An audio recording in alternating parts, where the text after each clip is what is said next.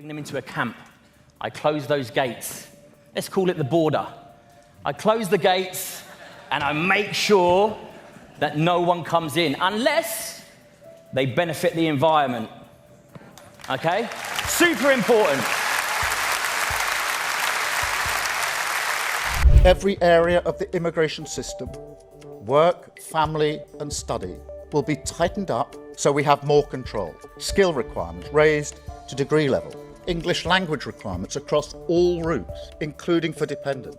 The time it takes to acquire settled status extended from 5 years to 10. And enforcement tougher than ever, because fair rules must be followed. Now, make no mistake, this plan means migration will fall. That's a promise. But I want to be very clear on this. If we do need to take further steps, if we do need to do more to release pressure on housing and our public services, then mark my words, we will. Keir Starmer didn't just lose the room, he lost the nation on live television. What was supposed to be a routine press conference turned into a total disaster. The cameras caught every awkward pause, every fumbling sentence, and every moment of visible panic. And then, like something out of a political thriller, former Special Forces soldier Ant Middleton took aim, and Starmer cracked. The call-out was blunt. It cut through Starmer's talking points like a knife through paper. Viewers watched in real time as the Labour leader's composure dissolved. The issue wasn't just the challenge itself, it was that Starmer had no real answer. No defence, no rallying cry, just silence and spin. In that moment, bring them into a camp. I close those gates.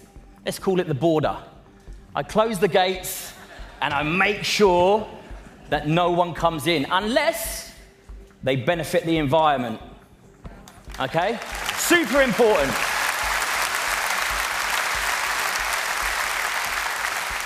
If they benefit the environment, they can come in. 2, if they benefit... The mask slipped. The man who had spent months projecting control, clarity and quiet strength looked suddenly lost. Not because of one question, but because the entire illusion of leadership was beginning to fall apart. And this wasn't an isolated stumble. It was the public face of a deeper collapse, already shaking the foundations of the Labour Party. The TV meltdown didn't happen in a vacuum. It came just hours after a devastating Supreme Court verdict ripped the heart out of Starmer's flagship foreign policy. In a unanimous decision, the justices declared his covert plan to align the UK with European Union rules as legally invalid. That ruling didn't just cancel a policy, it torched the very foundation of Starmer's leadership. The details were damning. Without consulting Parliament or seeking public approval, Starmer's team had been laying the groundwork to quietly tie Britain back into EU systems. Trade standards, environmental frameworks, regulatory cooperation, all packaged under the vague promise of pragmatic partnership. But beneath the buzzwords was something far more controversial. A backdoor route to reverse Brexit. Critics had long suspected Starmer of playing a double game. Now they had proof. The court... So I looked at the bigger picture, which is this country that I've fought for, that I've had the privilege of operating at the very highest level. Thank you. With multiple agencies, whether that's intelligence agencies, different special forces, I have seen a topographical view of how the country works. And the key thing is the safety behind it. So I know how it works. I know what needs to be done. And when I look at the borders, I'm almost disgusted that our Royal Navy, the best Navy in the world, no shadow of a doubt, we have the best Navy in the world, are being put on the back burner, not allowed to do their jobs. Not being allowed to do their jobs. Double standards, call it two-tier, whatever you want to call it, double standards. They're not allowed to do their job. Wow. The best Navy in the world aren't allowed to do their job, i.e. protect our waters. What exposed how key elements of the EU alignment plan had been drafted, discussed, and even provisionally agreed upon behind closed doors, without any public transparency or legal clearance. The result? A legal earthquake that sent shockwaves through Westminster and left Starmer politically naked. The courts ruled it wasn't just sneaky, it was unconstitutional, and the fallout was immediate. As the court's ruling spread across newsrooms and social media feeds, Labour's internal walls began to shake. Behind the polished press releases and carefully worded statements, panic had already taken hold. Senior aides were scrambling to manage the media, while MPs were furiously texting one another, demanding answers they never got. What made this worse wasn't just the verdict, it was the realisation that even Labour's own lawmakers had been kept in the dark. Shadow cabinet members admitted they'd only been briefed on vague terms like economic alignment and trade facilitation. No one mentioned secret EU negotiations or draft convergence policies. Starmer's inner circle had run the show alone. Now, the rest of the party felt blindsided. MPs from Leave-leading areas were the first to break ranks. For them, this wasn't a technical mistake, it was political betrayal.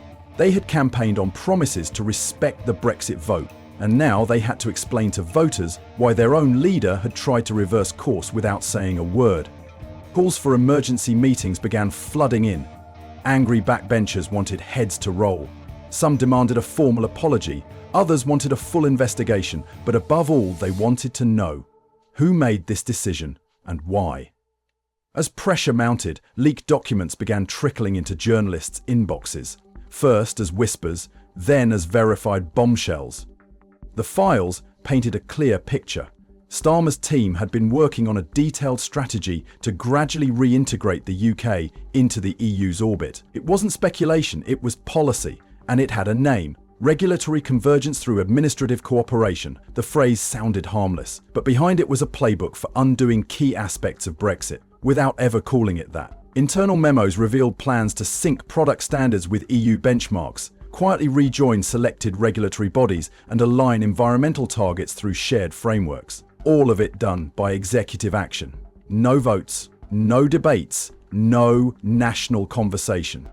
What stung Labour MPs the most was the intent. This wasn't clumsy governance or bureaucratic overreach.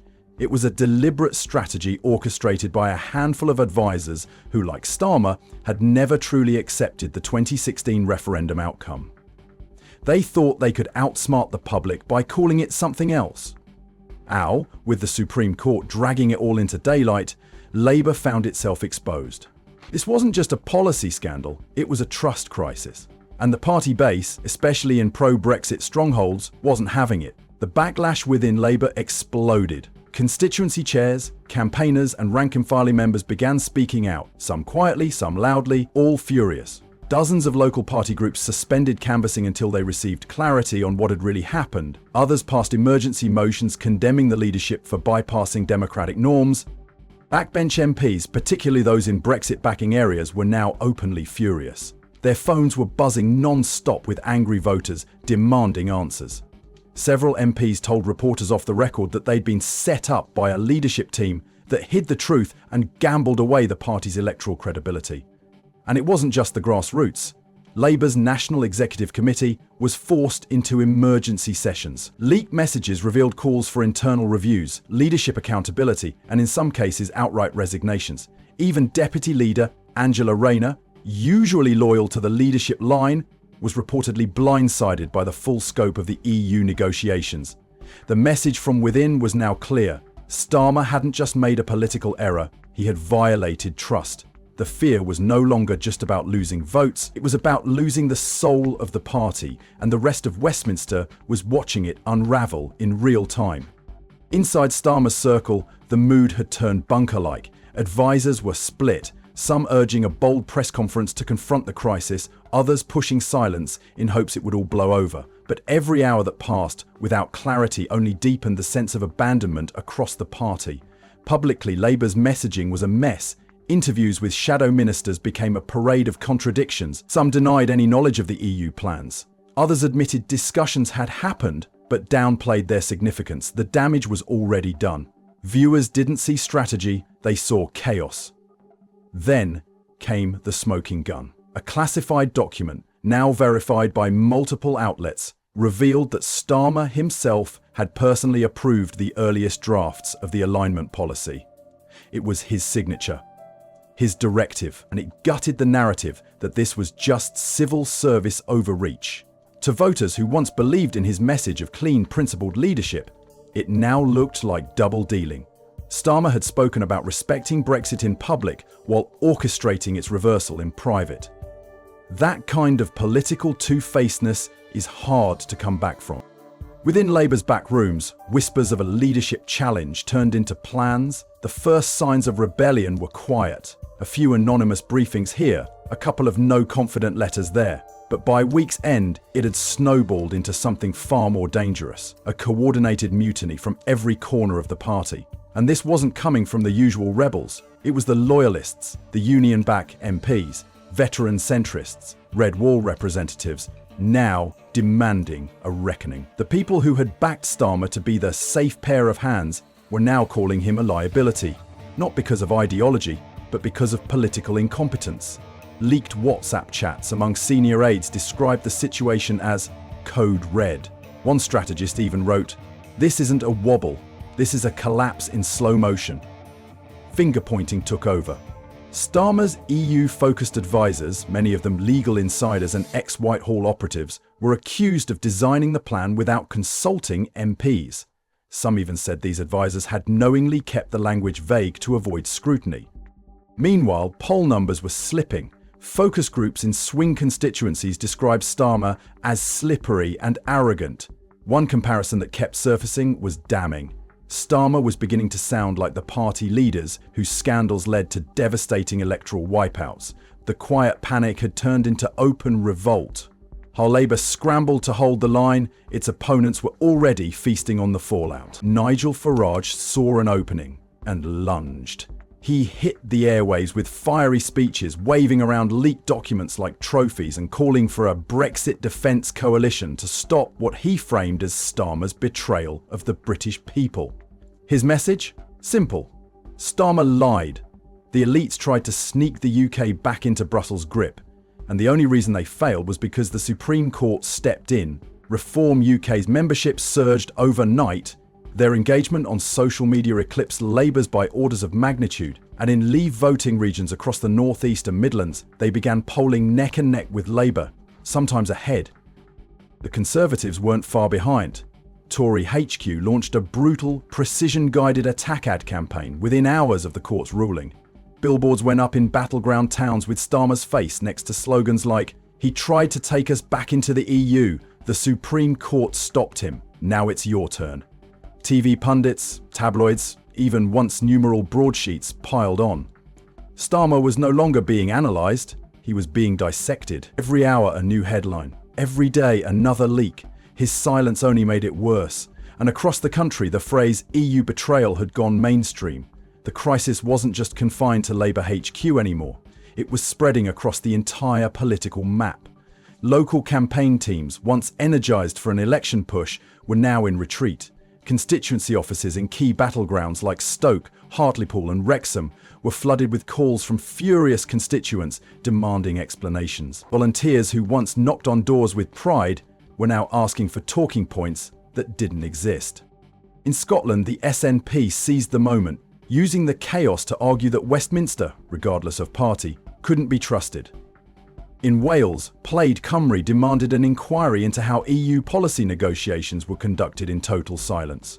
Even in London, Sadiq Khan reportedly exploded behind closed doors over being blindsided by policies that directly affected his city's trade and governance. Internationally, the scandal was making waves. Major European outlets reported on the leaks, portraying Starmer as the architect of a failed soft re-entry into the EU. Diplomats in Brussels, once cautiously optimistic about a reset under Labour, were now distancing themselves from the debacle. For Starmer, the damage wasn't just political, it was reputational. And it was global. Meanwhile, inside Labour's leadership circles, the knives were quietly being sharpened. Rayner was demanding briefings, Lisa Nandy was rallying soft-left allies, Wes Streeting was holding donor meetings. No one had announced a challenge, yet. But everyone could see it coming. By the end of the week, Keir Starmer's leadership wasn't just wobbling, it was teetering on the edge of collapse. Every attempt to contain the crisis had failed. His refusal to face the cameras only deepened the public's perception of a man cornered. allies were growing silent. Loyal MPs were no longer defending him, and his critics were getting louder. Labour's internal channels were now buzzing with speculation about who might take over. Emergency meetings of the National Executive Committee were being scheduled. Constituency parties were passing motions of no confidence, and whispers turned into declarations. Starmer had lost the trust of his party and the country. In the media, the narrative had turned fatal. Headlines no longer asked if Starmer was in trouble, they asked when he'd step aside. Leader in hiding, Labour in freefall, the Brexit betrayal that broke Starmer. Even once sympathetic commentators began writing obituaries for his political future. Opposition parties continued to weaponise the chaos with ruthless efficiency. Reform UK framed it as a patriotic victory. The Tories launched new ads daily, reminding voters that Starmer tried to reverse Brexit behind their backs, and the polls reflected the damage. Labour's support among working-class Leave voters had cratered. Keir Starmer had entered the week as Labour's greatest electoral hope. He ended it as a symbol of broken trust and backroom politics. Whether he survives the month is anyone's guess.